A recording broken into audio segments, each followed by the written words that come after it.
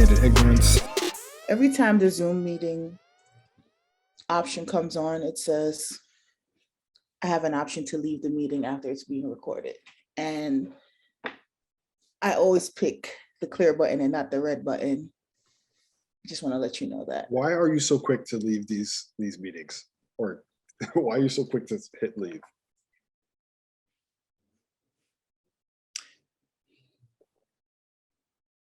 You know, why was this such a long pause? Why was this such a long pause? I was going to go real deep. I'm going to just say because I want to. That's even worse than getting deep. I want to. I just want to leave. That's it. Boom. Wow. What about your friend? I was going to say it's rooted in a bunch of different types of abandonment issues, but I didn't want to go there at the start. Abandonment issues? Yeah. So I'll abandon you. I would abandon you before you abandon me. Yeah. But I'm not planning to abandon you. You abandoning the meeting means that's the issue. So can you have abandonment issues? Because I'm having PTSD when you say that. This is why I'm choking up. PTSD? What are you talking about? I'm confused. You've abandoned me before. So yikes. All right. So this is why I was trying to prevent this when I said I just wanted to, but you like to dig deeper and deeper and deeper into things that you shouldn't be going deeply into. Well, sorry that I like information. My bad. I don't know if it's information per se, but we'll call it whatever you like. This is how you want to get started? We just had a live show. We're supposed to be changing our image. I'm evolving. So are you evolving? I am evolving. And I think I have the same level. Evolved. I've evolved. Stop it. Don't do that. In the past couple of weeks? Whoop. All right. Yes, I have, because it was my birthday. Yes, it was. Pop. Of course I evolved. You grew up. That's more growing up than evolving, but well, I'm happy that your birthday has passed, came and gone, in the sense that it was a joyous occasion, I'm sure. I didn't do anything on my birthday. All right. Well, I actually got my heart broke, but we're not gonna go there. So we don't have to go there. The fact is, we don't have to go there. That's fine. So wait, you want to stop at my heartbreak, but when I want to leave the meeting, you want to get more because quote unquote information. You leaving the meeting affects both of us. The math ain't mathing to me right now. You leaving the meeting affects both of us. It's giving me. It's sad. I would want to know more, but if you don't want to share more, I'm not forcing you. But I didn't give that option. I gave a clear option in the beginning. So it's not adding up to me, but I'll let you drive the boat this time. I feel like leaving the meeting now. I feel like hitting leave. I don't like this anymore. You have not evolved at all. Yikes. One day. Probably not today. Anyway, welcome to Sophisticated Ignorance, the podcast. Welcome, everyone. We are back after our miraculous live show experience. That was great. Oh, that was good times. Remember when you were stressing about it, and I said, "Yo, son, don't stress." Boom, I still kind of am. How are you still stressing when it's over? Because when you replay things in your head, like when you go to sleep and you're like, okay, the day was great, and then like 2-3 o'clock in the morning, you start thinking about all the things that could have went well or could have been said or what happened. That ran through my mind a couple of times, but I think overall it was good. It was amazing. I mean, that was the first time that we've ever done something like that. And I think we pulled it off. Everyone said that I had a good time. Everyone enjoyed themselves. And even to the point where they were asking if we were doing it again. The answer is man, the DMs and the text messages I was getting. Oh my God, Rovie, I loved it so much. When are you going to do it again? Are you going to go on tour? Are you going by state? Tour?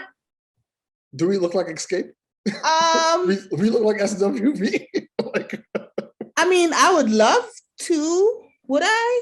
That's a question. If y'all are funding this tour, then yeah, we'll go. Throw some money into our account, and we will be in your city next. Funding. That's funny. You want us to come to Miami? You want us to come to wherever city? I don't want anybody to come to Miami. Why not? It's too wide open. It's been wide open. I know, but safety wise, don't come. All right. Well, all right. Yeah. Then our tour is not hitting Miami. Not anytime soon. One day. One day. But yes, if y'all want all those fun things, then as I said, send us monies, and we will gladly come to any city possible as long as it's safe, and we'll do all types of live shows and all that jazz. But yeah, no, I at least appreciate the people who did come out, who did show face, who did support, and walked away with a lot of goodies that night, because we had a lot of good sponsors. And yeah, the sponsors, shout out to all the sponsors for helping us with our goodie bags. Everyone enjoyed the goodie bags. A lot of people didn't realize there were cakes in the bag until afterwards, and they're texting me. Well, we had a little bit of technical issues. They thought it was like a body scrub, and I'm like, oh no, did someone scrub themselves with the cake? I'm like, no, eat it, it's good for you, tastes well. I wish I took some cakes, man. I wish I took some more cake. Well, honestly, if you do want to order from Drunken Shots, that was one of our sponsors for the show, you can follow them and order a cake. She ships nationwide, so no matter where you are, you can get yourself a good old cake jar, which will be bigger and absolutely much more delicious. So yeah, her and other sponsors. So yeah, shout out to everybody that came through. It was a really good time.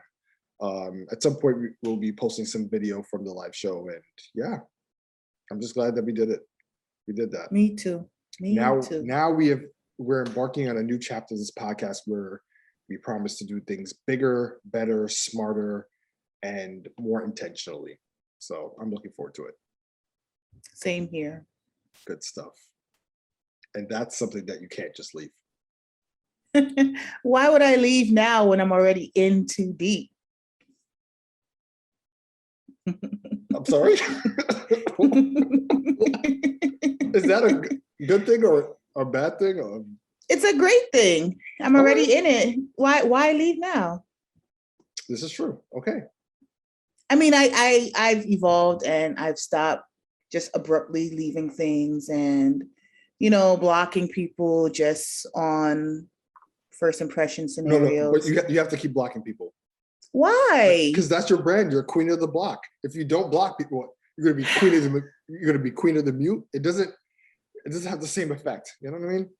I mean, it's not hard for me to do it and then still see you the next day, but I'm trying to be a better person, but my co-host says I can still block you. So as long as you come correct. If you don't come correct, the trigger is coming. As long as you come correct, then you won't have to get blocked. And that's it. That's it, and that's all. That could be true, but yeah. Should be true. Could. All right. Based on the interaction you shared with me recently, that deserved a big blocking. Okay? That's all I'm going to say. But we don't have to get into details. We'll say I'm trying to make this a more progressive podcast, but you keep bringing me down. I want to be able so I can evolve. And, like our audience said, they wanted to hear us be more, involved, but not cutthroat with each other. But I think I'm still going to come out with my blades for you once or twice. I'm not shading you. I'm on your side. All I'm saying I'm not sure. Wowzer. Oh, well. All right. Point being, because it's still September and it's basically my birthday. So when does Virgo season end? I have to look it up on my calendar. October 1st. Really? Is it October 1st? Yeah. I want to set some alarms just to remind myself. Just so I know what to celebrate when it's all over. It's not my fault you were in love with a Virgo. Yes, we all make mistakes in life, but here we are. See, that's not progression at all. I'm joking. Okay, I told you the other day that I'm going to be nicer. So now you lost all your Virgo followers. Oh just gosh, right there. Yep. Then what is all three of them? Okay, so today's topic is. Okay, fine. Let us get into today's topic. It is a serious topic, but it's also something that's been happening a lot lately, especially with, for those of you who are not familiar, with the Gabby Petito case. It is the latest, biggest missing persons case that has really been rocking social media and media in general, especially with news outlets. To briefly explain, Gabby Petito is this white girl who recently went missing after going on a trip with her fiance. They both went on the trip. The fiance came back without Gabby, and that's just caused a huge stir in like who did it and him being a suspect. And everyone has just been kind of going through the ringer of like, where is she, and hoping that she's okay. So I just want to preface this conversation with, any missing persons case is horrible. Obviously, for someone who is missing, we always want to make sure that they're safe and well. Unfortunately, there are certain cases where people do go missing and they end up, dead, or they're found out that they've passed away. So those are always the worst case scenarios. But for the most part, any missing persons case, we always want to make sure that the person's safe and gets back to their families. Sometimes that happens, other times not so much. There was even a scare recently with Kelly Price. Kelly Price, the singer, she was reported to recently have gone missing after a COVID scare, but she was found.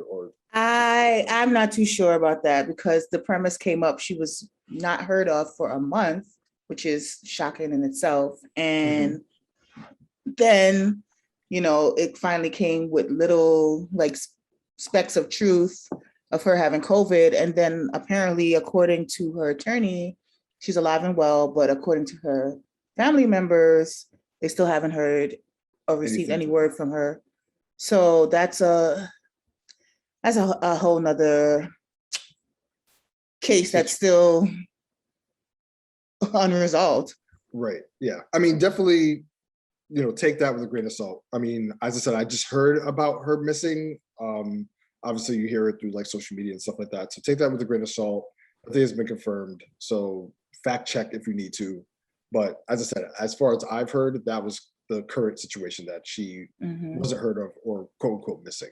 But there's actually people who have gone missing that we're going to talk about in today's episode. And really the premise is, so with this Gabby Petito case, and this is just the latest incident, but in the past, I'm pretty sure if we have been following the news, there have been many cases of like white girls who have gone missing and they've become huge national stories. But we really want to start highlighting, in this particular case, the fact of there's a disproportionate amount of coverage when it comes to white girls missing comparable to their Black and brown counterparts, right? So Joy Reid, for those of you who know, she's a person on MSNBC. She recently had a report talking about the recent Gabby Petito case, kind of leaning into this bigger issue, which is called missing white woman syndrome, which basically means that, as I just mentioned, there tends to be a lot more media coverage for particularly white girls who go missing rather than their counterparts. And just the disparity of that is troubling, because ultimately every person that goes missing, of course, you're not going to always get the same level of media coverage.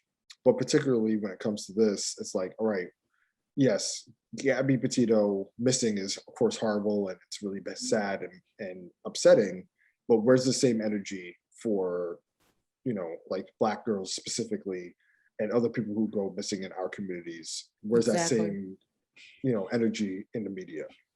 So Joy Reid talks about that. with a few other people on a panel on her show. One of those people are the founder of this organization called Black and Missing Foundation, which we're going to talk about later in the show. But there are different sources and different organizations that are trying to work at supporting the finding of like Black people, Black women in this case, and those type of cases. So while I was kind of doing the research about it, and I guess I want to get your opinion, and I already have my answer, but I think a lot of people who were kind of following what Joy was saying was kind of responding in a sense of, well, oh, this is somewhat race baiting to say that, oh, if Gabby Petito could get all this attention, why not people of color getting the same attention? People were getting upset saying, oh, well, Joy Reid is race baiting. Why does this have to be an issue about race and stuff like that? So I want to know what you thought about that in this case where there is a disproportionate level of coverage between those type of cases.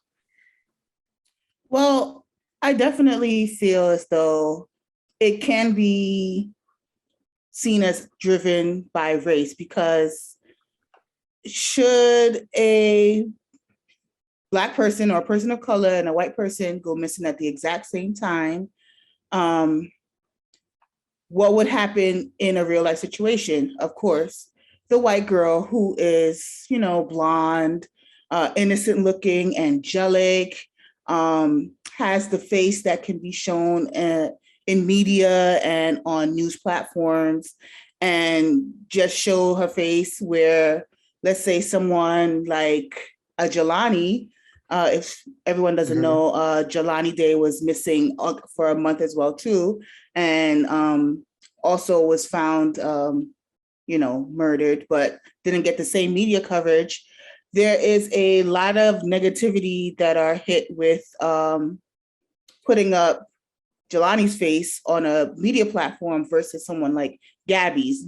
Not to take away anything from Gabby's family, I'm sure they're completely heartbroken, and people have heard the stories before, and they deserve all the media and the news coverage. But why is it that when putting up her face on a media platform, she will receive more outlets? All of the sleuths and the internet detectives are ready to know everything that goes on, or the last minutes of her death, or the last time she had in contact. But if you put up a face like Jelani, it's almost hit with negativity. And it's like, we are almost conditioned as a society and news and viewers alike just not to care about someone like Jelani, because that face has always been negatively seen in the news.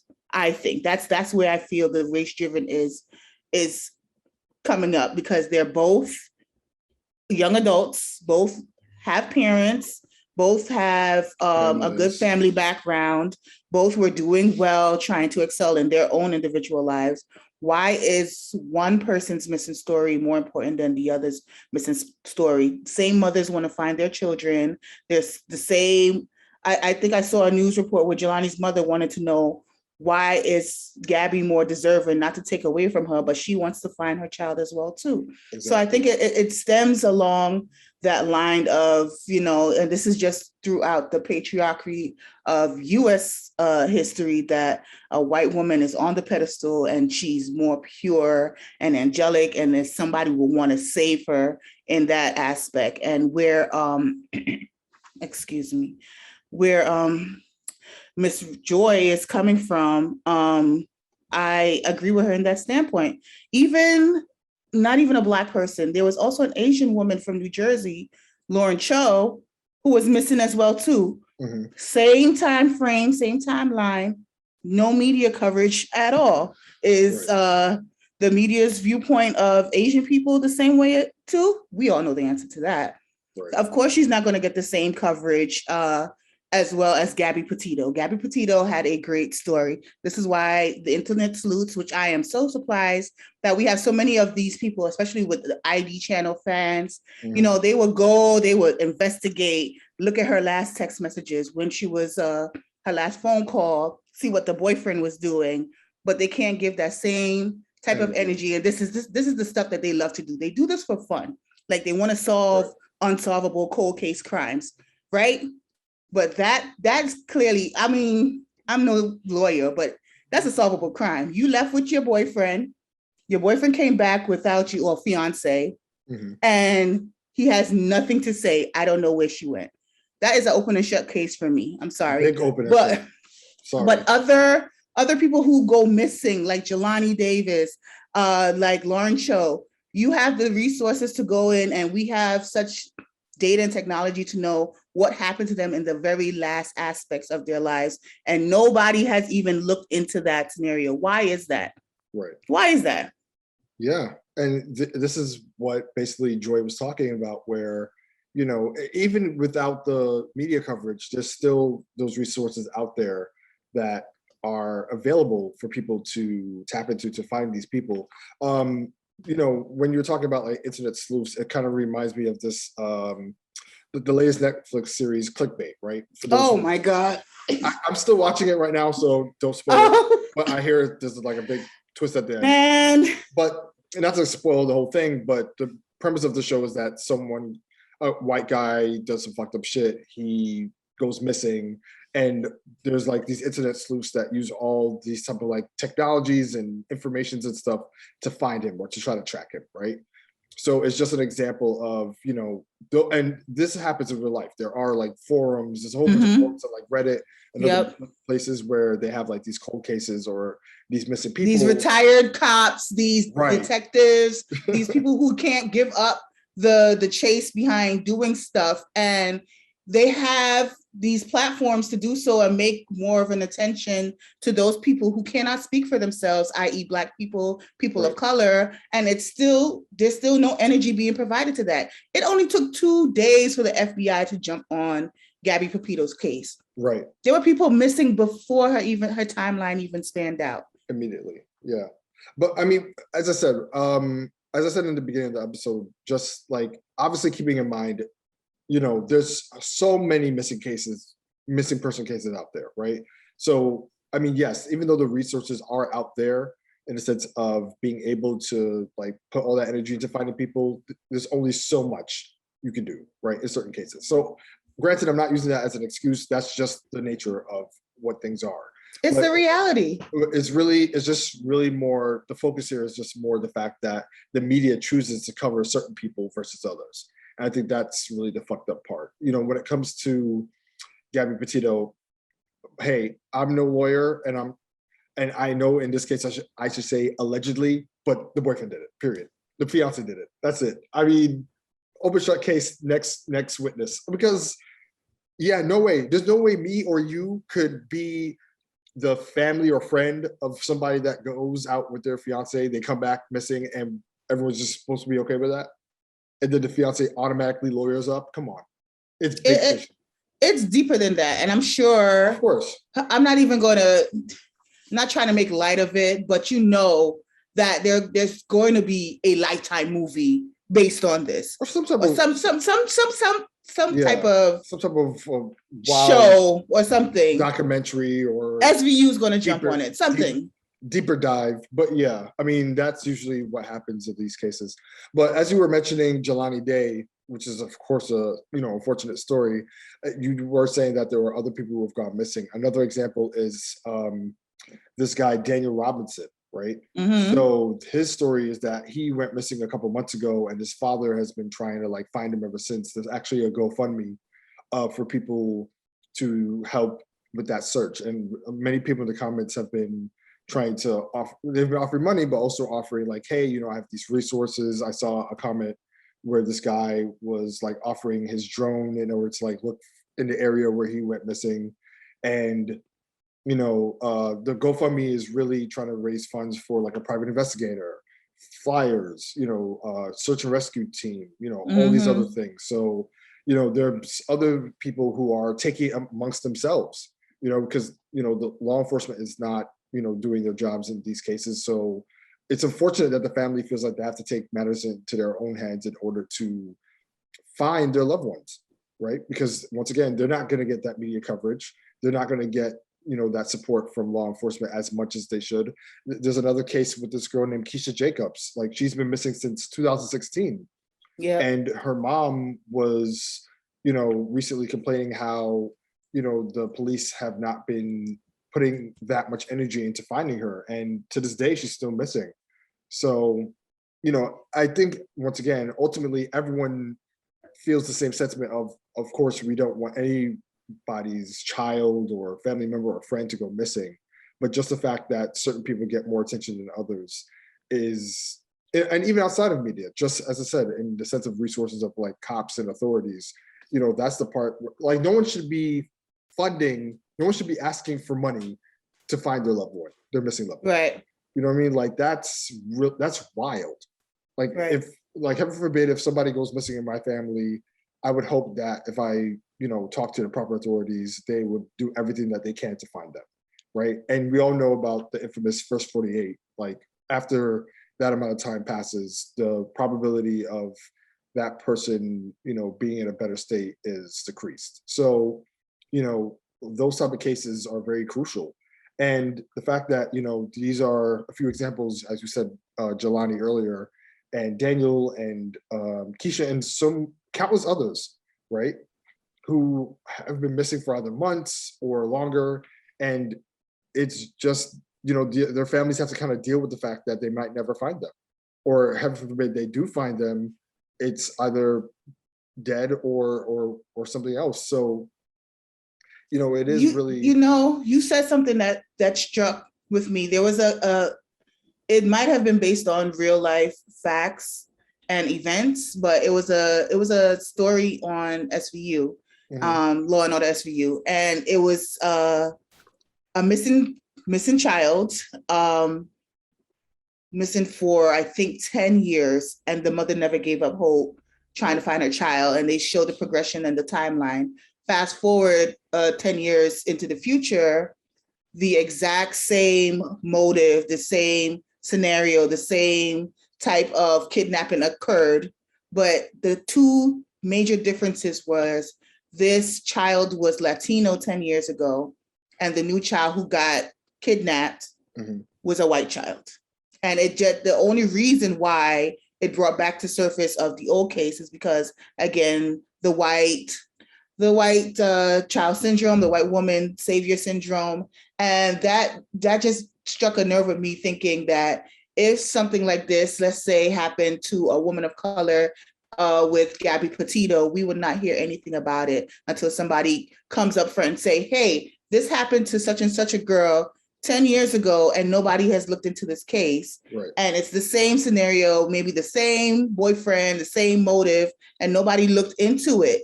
Why is it that it has to take a white counterpart to make it seem worthy enough for some type of coverage or some type of police investigation, or even some kind of, true crime fanatics who want to just browse a website and look for things? Why does it take for a white woman to get this kind of media coverage? And this is the answer that we need to get, because there's no resolution behind it, because tomorrow somebody else might go missing, God forbid, and nobody will hear anything about it. Right.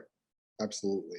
And I think, and we're going to get into this a little bit later, but I think there may be some reasons why it's the case where, certain people get coverage over others, and especially in a racial makeup. So I think those answers, whatever you're asking, we might get the answers when I go through these notes. But I think another interesting fact, statistically, right?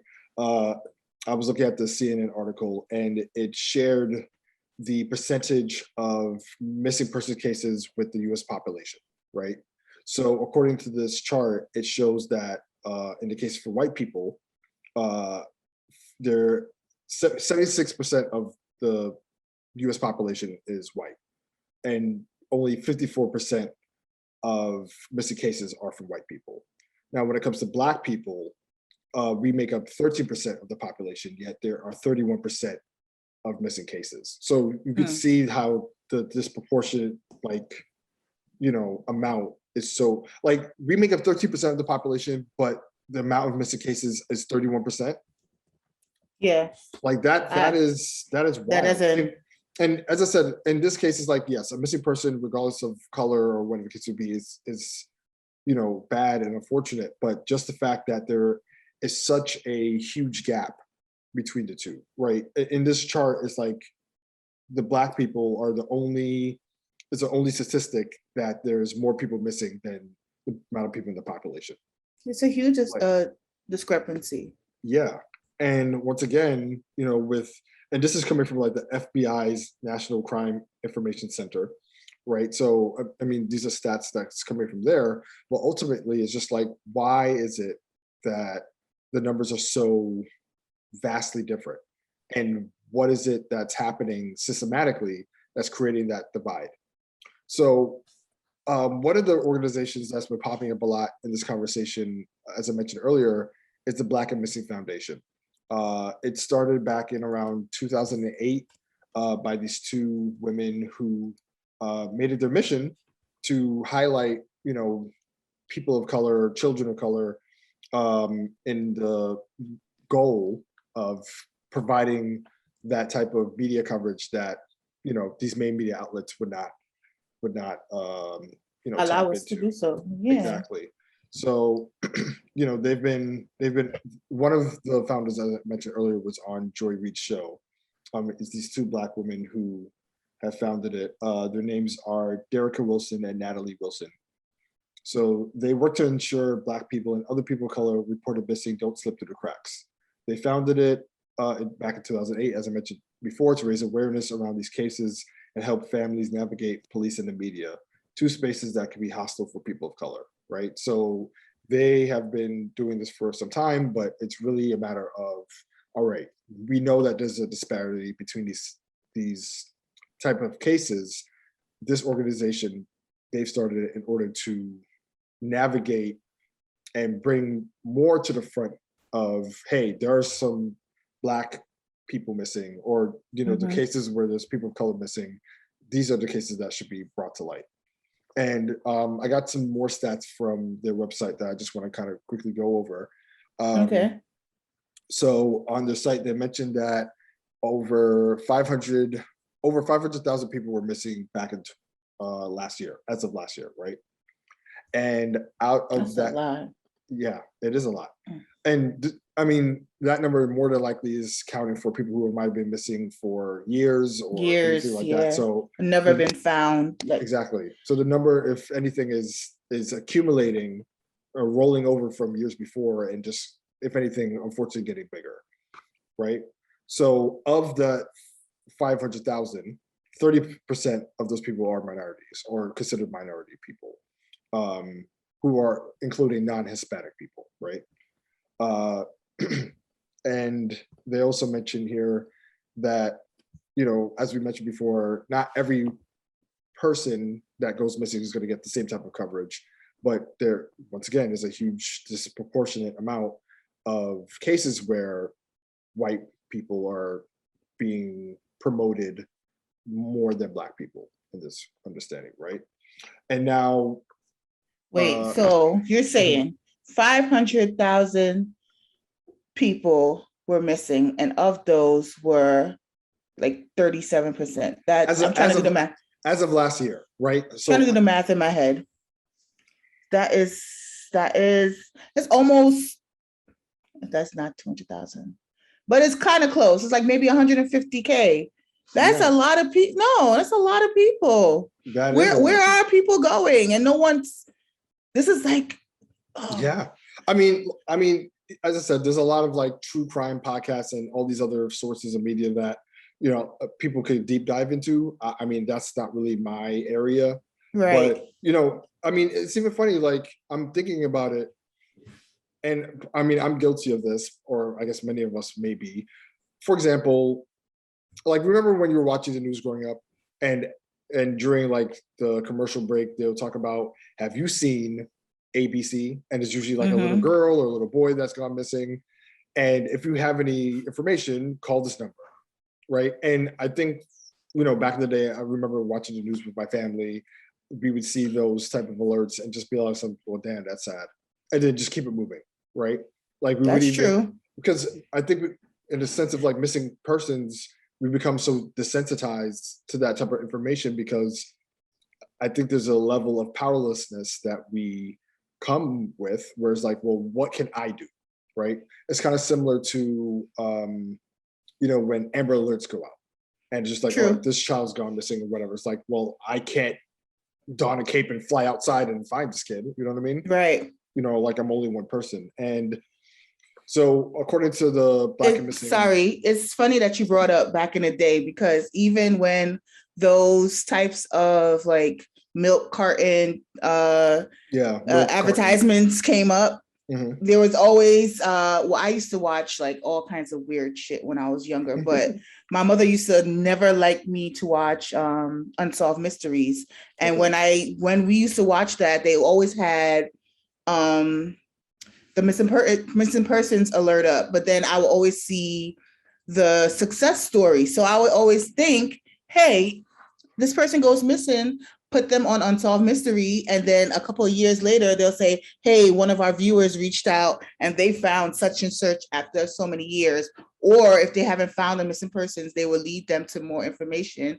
Right. Or unfortunately, if they found a body, they would still report, hey, we put this out a couple of weeks or a couple of months ago or a year ago, but the update is we have found this person or we found the body and da da da da da. So for me, in that aspect, when I saw things like that, I'm like, okay, I was kind of ignorant in that, hey, somebody else will take care of it. You know what I mean? Because it didn't hit close to home where I'm like, oh, okay, if I go out and go looking for Sarah, I'm going to find her and we're like in 2,000 different mile radius away from each other. But I know that if somebody was watching Unsolved Mysteries and they seen someone and they can recognize a face, they can easily just call in. So I always felt like that was my safety net for not feeling as bad as I should have. But we don't have that today. Today we don't have that.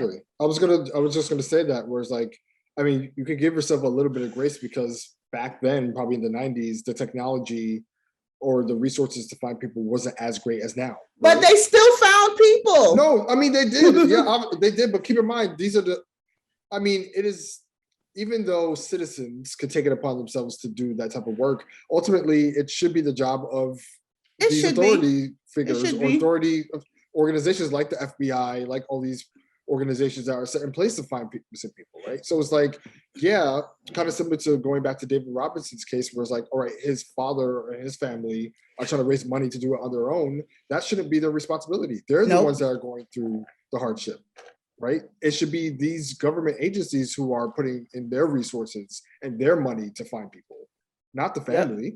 So it's like, yeah, back then you would watch shows like that and see the updates and stuff like that, and just out of the grace of people, being vigilant, then yes, certain cases will be solved, but that's ultimately not the responsibility of us as the people, right? Like, we're paying these government officials to do that type of work for us. Yeah. So, I mean, it's like, yeah, take it with a grain of salt, but I mean, as I said, like when I used to watch the news and see those, those cases on the news where someone goes missing, and even now on Twitter, I know probably when you're scrolling through your timeline, I don't know if, for me at least, every so often I'm seeing a tweet where it's like, hey, help me find my cousin, help me find my brother, oh, this person's gone missing. And even on IG, just reposting stories of people who've gone missing. Yeah. And for me, unfortunately for me, I kind of treat it similarly to when I used to watch the news, where it's just like, oh man, that's sad. And I just keep scrolling because I feel like my retweet or my repost can only do so much. Right. So it's just like, it's sad seeing that, but what is the purpose, or what would be the benefit of me retweeting this to my small following? You know what I mean? But every bit of promotion counts. And especially with me doing the research on these particular cases, now I'm realizing, like, yeah, any retweet, anything can help. Will help. No matter where you are. Like, if a person goes missing in the DMV and I retweet it here, even if I don't live over there could be like you just never know, right? So that level of publicity and stuff like that, even for those who are doing their own legwork, it does make a big impact at the end, especially if the person is found. So, those are the types of things, especially if you're listening and you probably are relating to what I'm talking about, where you see something on social media of someone missing, like don't take that for granted, like yeah, anybody, it's true. the new missing flyers on the street or on like It trees or is. whatever. It is. But it just has social media and that benefit has We've a bigger desensitized reach. ourselves because we've seen it so many times and we're like, okay, what next? Right. But if you're in that scenario, in that situation, or if you yourself, God forbid, ever become missing, you will want someone to do the same for you. To do that type of work. Absolutely. And even if they don't know you from a can of paint. Mm-hmm.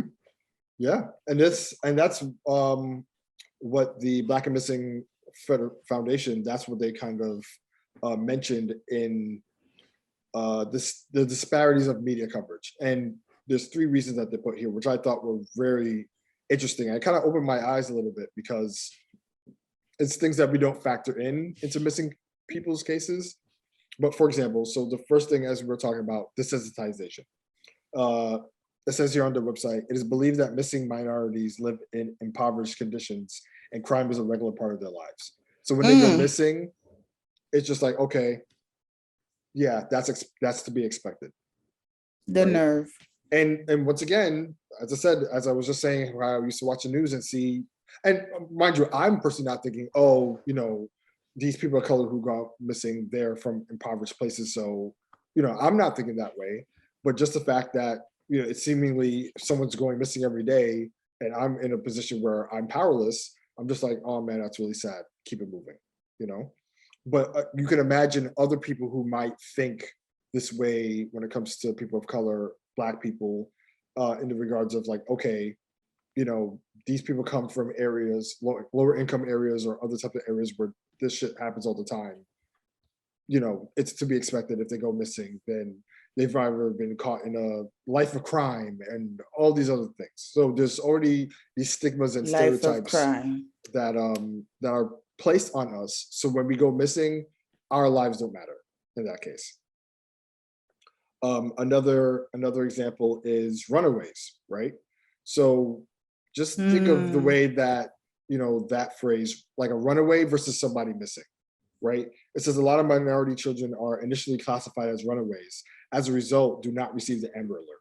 So this is what I was mentioning earlier, where it's like, all right, if you think about the term runaway, it's someone making the choice to run away from home or go away. So that's technically not a missing person, right? It's just someone who's decided that they're gone and somehow, some way they'll turn up, right? Versus someone who's missing where it's like, oh, something happened to them, they've been kidnapped, this like that. So now the language that's something malicious actually happened to them. Exactly. So there's just in cause to actually go out and look for someone. Exactly. So the language that's even being used in different cases makes a huge difference in how, the coverage is being set up. Because once again, if you're hearing somebody ran away, then it's like, damn, well, probably they had issues at home, stuff like that. And now people are now using these implicit biases to say like, oh, people, these poor brown children or Black children probably had like issues going on with their parents or at home. So they decide to run away because they couldn't take it. And now it's like, well, damn, well, hopefully they turn up soon, or probably they're hiding, at someone else's house or something like that. Right. So yeah, you're not going to be worried about someone who ran away, you know what I mean? Versus someone missing. That's a whole different thing. Oh no, how could they be missing? Where did they go? There's no contact. And now it's an abduction. We've heard those stories before as well too. That has a different connotation added to it. So people would want to be vigilantes and go out and try to find the person who has abducted someone to justify, whatever went on in that scenario. But if someone is just running away, like you said, there's no type of urgency to go and find someone who's run away at all. Absolutely. And it even made me think about, when you're saying abducting, it even makes me think about sex work, like sex workers that go missing, right? They're stigmatized as, oh, okay, if they go missing, then of course they go missing because they're involved in sex work. And, obviously that's a dangerous line of work. So if they go missing, who cares, right? Right. And you think about all the sex workers who are potentially, like kidnapped and taken into sex trafficking and all these things. Those people are missing as well, but yet no one's putting any type of resources or care into finding those type of people, especially Black girls who are kidnapped and taken into sex trafficking or stuff like that. Like that type of coverage or that type of like care is non-existent. Right? It's harmful because even though someone may be working as a sex worker and that's not something that they want to get themselves into, in the same essence, those kids, or it's usually teenagers who run away from home, bringing it back to the runaways. A lot of these runaways are the ones who are abducted and taken into sex trafficking because they know people do not care about them and no one will go looking for them. And that is the absolute worst scenario that can happen to someone who has quote unquote run away, not because of any type of stigmas and stereotypes drawn, or they're from a bad home, or they're from this. Maybe they had to run away for something else, for, survival, who knows, and then still ended up being a victim of a missing person case. Right. It all just muddles together, and there's no type of distinction between whatever someone's backstory is. At that time, they are not present in the moment. They are missing however they came up missing, whether it's through abduction, runaway, sex trafficking, just being a missing person. There has to be some sort of resolution into that, and looking into that with not only women of color, but men of color as well too. Yeah. Get solicited as well too. We don't hear about little Black boys who just go disappearing and nobody questions that, because again, no one really cares about the little Black boy either, unless you have some type of relationship or emotional standpoint. That's your brother, your son, your uncle. There's not really much light shown on Black boys being missing as well too. Not to take away from women of color, but also little boys of color, men of color as well too. Same thing with Daniel Robinson and Jelani Day, and it's coming to light now that these things are being pressed in the news today. So exactly. Yeah. I mean, black children in general are always at the unfortunate, like, short end of the stick when it comes to these type of cases. And they kind of mentioned that too. The last disparity was just talking about like criminals, like how, minorities or people of color are just typecast as criminals. So they say here, missing minority adults are labeled as associated with criminal involvement, gangs, and drugs. So once again, if they go missing, then it's like, oh, obviously they're a product of their environment. Obviously they've gone missing because they got caught up with the wrong. It's justifiable. Exactly. Right. You were mentioning children, and they have a breakdown of the percentages of those under 18 who've gone missing. And it says here that 36% of those cases that we mentioned earlier, the 500 cases. Yeah, 36%. Yeah, 36% of those cases are all African American people under the age of 18. So they're all. That's basically all of the cases. Yeah. That's if my math is mathing. If I was saying 150K, right? Yeah. No, that's basically all. That's more than 90%. I can't do math like that. It says 145,000. Wow. Of the total number of missing persons of color under the age of 18, including African American, Asian, and Indian. That is deplorable. Like, no. That's almost 100%. Yeah. And once again, with all the reasons that we mentioned just now, these are the reasons why these type of cases go under the cracks. Because once again, people, the way they're typecast, the way that they're seen, the way that they're viewed in a media's eye, versus like, yo, they've asked for it. The type of lifestyle that they live, if they go missing, well, what else can we expect?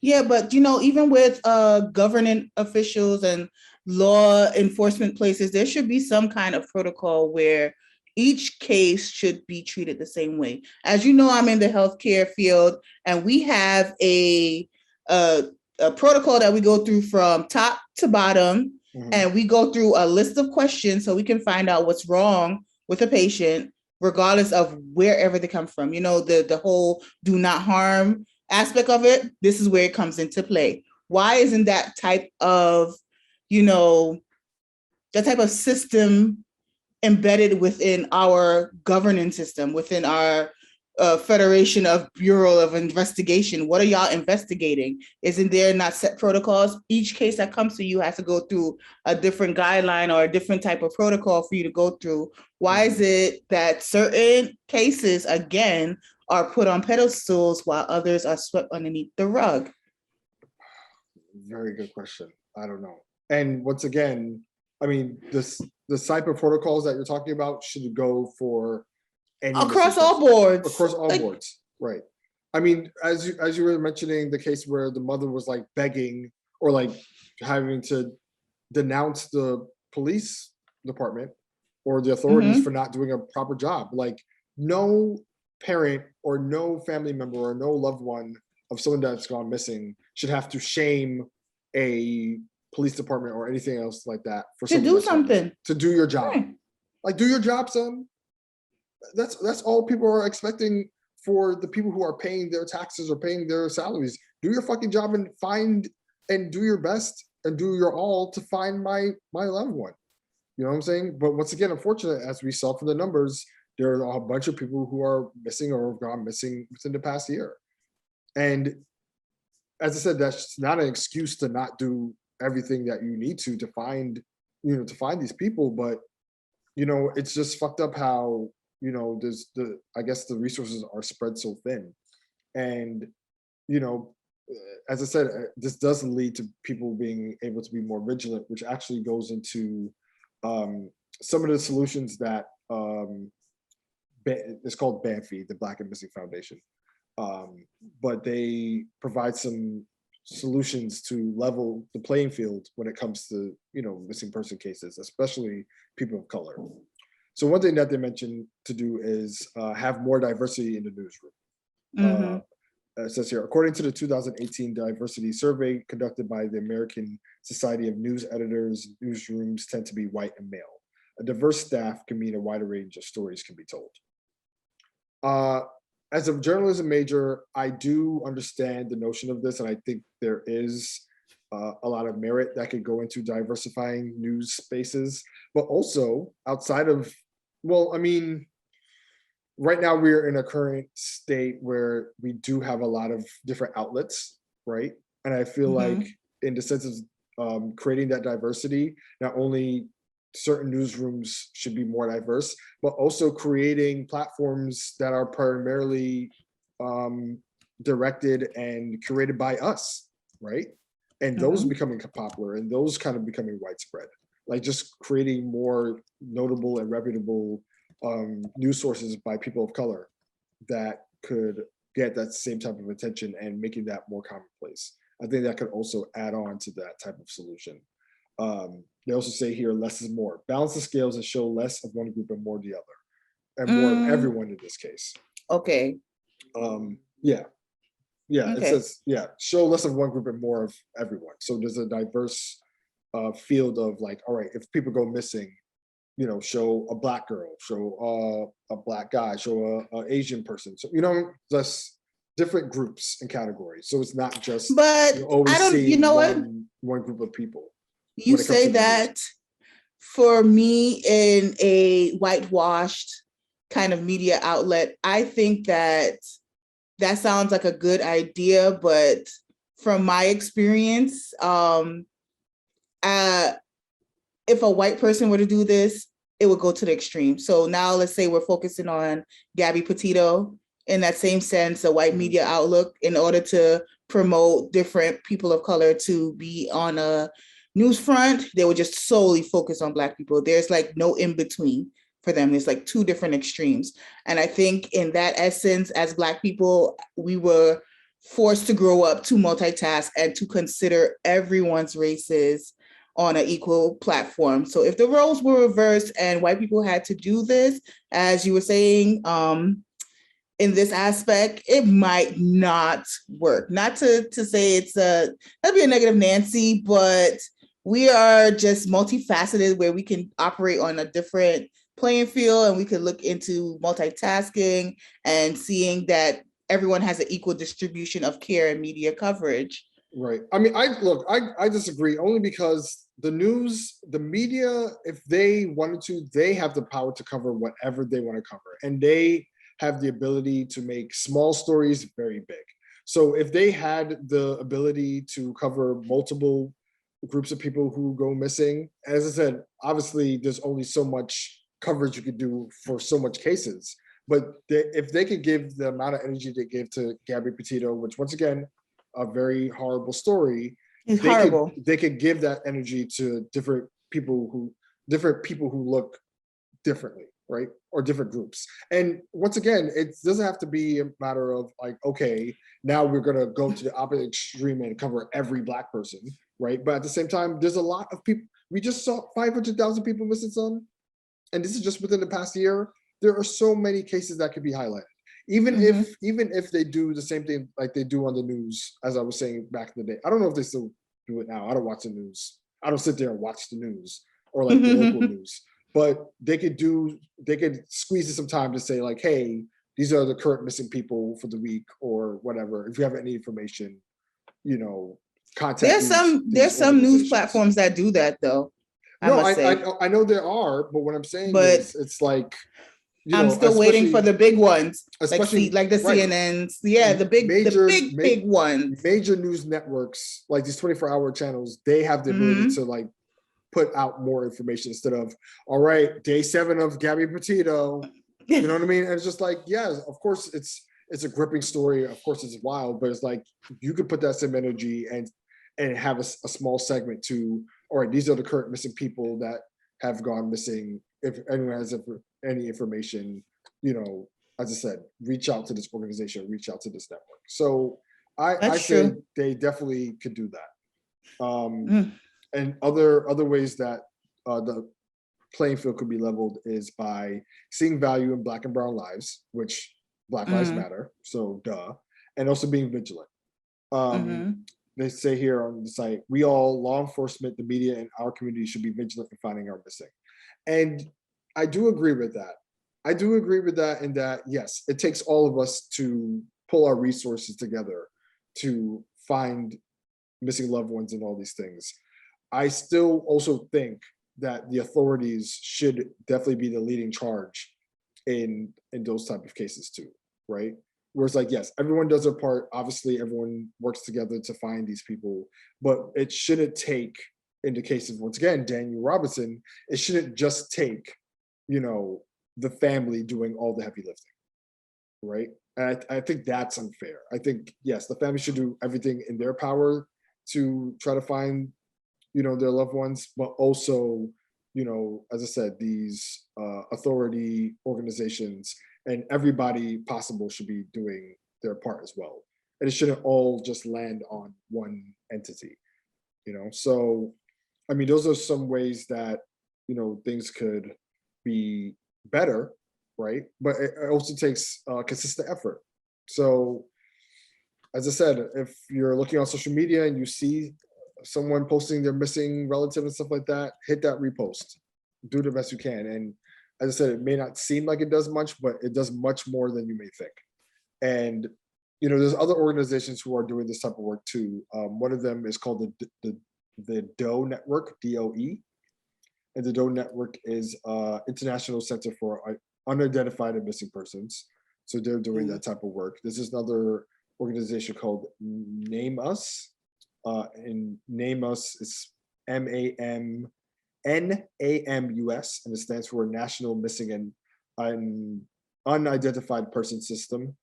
So I think this is a website where you can like search people's names and stuff like that, and they have different resources that are available for you to try to track missing persons.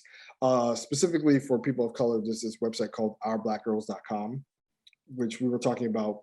Proportionately, Black girls don't get the type of media coverage that they deserve when it comes to missing person cases. So this website is dedicated to highlighting all of the Black girls who have gone missing recently and the current cases that are open and still going that you could look into and get information, and hopefully, once again, citizen vigilantism could take place and, find people. So, I mean, there's a whole bunch of resources out there that you could tap into. I'll make sure to put these links in the description for the episode. And yeah, man, I mean, as I said, doing all this research, it just really made me sad. And I think it just filled me with a lot of just being overwhelmed. Like, this is a very overwhelming thing, right? Yeah. And, if you think that there's only so much you can do, once again, just sharing a post, just being vigilant, especially if it's someone that might be in your local area, depending on where you live, just being vigilant, looking out for signs. You never know if you may come across someone's face, or probably saw a license plate, for example, if that's involved in the case. You just never know, right? We're only as helpful as we are if we actually get involved. And even in cases where, you could probably send some money and help a family with some resources, that goes a long way as well. So there's definitely ways that we can help, and that we can, I mean, as I said, it's a large number, but if we could at least do our part to find one missing person, then we've done much more than anybody else could ever. So I'll just say, do the best that you can, or do everything that you can to contribute to these type of causes. And I'm just hoping that certain cases could get solved. Yeah, I think the biggest takeaway that I experienced from this Gabby Petito case was that it it brought light to other missing persons. Again, Danielle Robinson, Lauren Cho, she was a Asian woman who disappeared, same timeline as Gabby Petito, maybe the same scenario, found in the woods. And Jelani Day, like, at least we can figure out what the next steps are to help with people of color when they go missing in this aspect. And that's the best thing that we got out of this, because everyone can tell you who Gabby Petito is, but no one can tell you who Danielle Robinson is, or who Lauren Cho is, or who Jelani J is. If you're not watching or active on social media, you don't know these people, because they're not on the big news platforms, and no one can recite the names off. We should be able to know currently, in current news, today's topics, that these are the people who are missing, and we need to shine more light on people like that so they can have a voice that's often unheard. Absolutely. I totally agree. And yeah, at the end of the day, is like, the resources are out there. As we're saying before, it takes all of us to do this type of work, or to be vigilant, or to be helpful. So don't underestimate yourself when it comes to what you can do, right?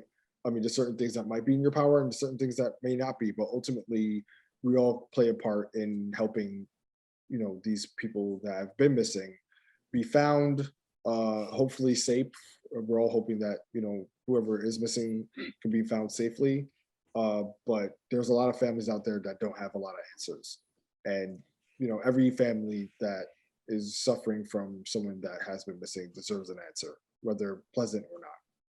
So, yeah, I mean, as I said, we all have a part to play. So we just got to make sure to do our best to be a part of it.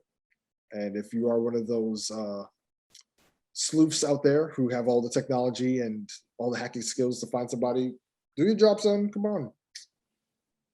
I mean, look, the most I could do when it comes to finding people or finding stuff is find my iPhone. That's all I got. I ain't got no type of extra technology that could find things, or I'm just saying. I mean, took a sharp left. That's the most that I got. But I know there are smarter people out there that could do deep dives and search different parts of the web to find people. So y'all do your jobs, and the same way y'all should have been found that Gabby Petito's fiance by now. Oh my God. I'm saying. He's not missing. He's not missing. Okay. Okay, that's the answer. He's not missing. Why don't you turn his iPhone on? Well, somebody should. Because I'm telling you right now, he is somewhere and he's watching the news and he's like, well, good luck. Because y'all niggas ain't gonna find me. And that's exactly what he wants y'all to think. All I'm saying, find that man, arrest that man, because he did it. And I'm standing by that word. And I would just say allegedly because I don't want to be sued. And that's that. That's all I got. Anyway, well, that is it for us today.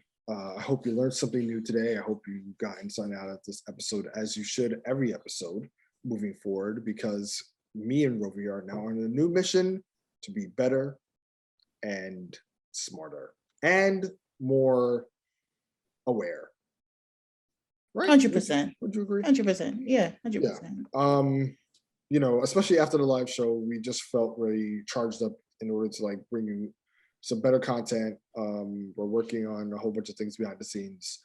So make sure to support us by following the show, listening on SoundCloud and Apple Podcasts and Spotify, or wherever you listen to podcasts, iHeartRadio as well. Make sure to follow us on social media, on Twitter and TikTok. Are we still TikToking? Of course, we're TikTok. We always gonna be TikToking. All right. What's so funny to me is that all the audience members who message me and slide in the DMs and tell me these things, but we still want audience participation. So why don't you guys email us your questions as well too? We'll answer. I'm taking every suggestion everyone has given it to me, and I'm internalizing it and trying to spit it back out in the most progressive form of podcasting for you guys. Correct. So yes, especially those at the live show, for those who have suggested for us, we really appreciate those. We are taking those into consideration, and we also want to implement those. So the more that y'all participate or engage with us, is the more that we can engage and give back. So yes, follow us on our social media platforms, and also follow me and Rovie respectfully, and look behind the scenes of our lives as we post.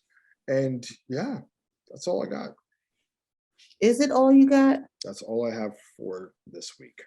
Where can they email us for questions? They can email us at sophigpodcast@gmail.com. Ooh, that sounds good. One more time for the ones in the back. sophigpodcast@gmail.com. Email questions. If you'd like to be a guest on the show and talk with us about particular topics, then you are free to join us. We're always looking for different voices and different opinions and thoughts. And yeah, as I said, we're working on bettering ourselves, or bettering this platform. So join us on that journey. This was good. This was good. I'm happy that we're back on the saddle. Wow. Or he. Wait. Sorry. I don't think felines. I made a horse right with saddles. I don't think it works. This is why we're not going to get emails, because of things like that. Well, y'all know what sound animals make. But a cat or a feline, a lion. All right. All right. I can make a better cat noise than a horse noise, to be fair. Okay, we're not asking for your bedroom antics, but okay. Squeeze me. It was fun. Thank you guys for listening. I'm going to keep my comments to myself, because thank you everyone for listening. And we have evolved. And we're going to see you at the next episode. Please tune in. You guys, love to be here. Love to hear from you guys. Thank you once again. Mm-hmm. Ciao. Yep. Close it off.